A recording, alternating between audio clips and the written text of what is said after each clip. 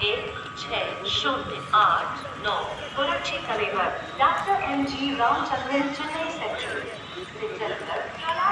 कोटानीपति Dehradun express कुछ ही समय में प्लेटफॉर्म क्रमांक 1 पर आ रहे हैं। Train number 16089 from Puratchi Thalaivar doctor M G. Ramachandran Chennai central to City Dehradun express is arriving shortly on platform number 1.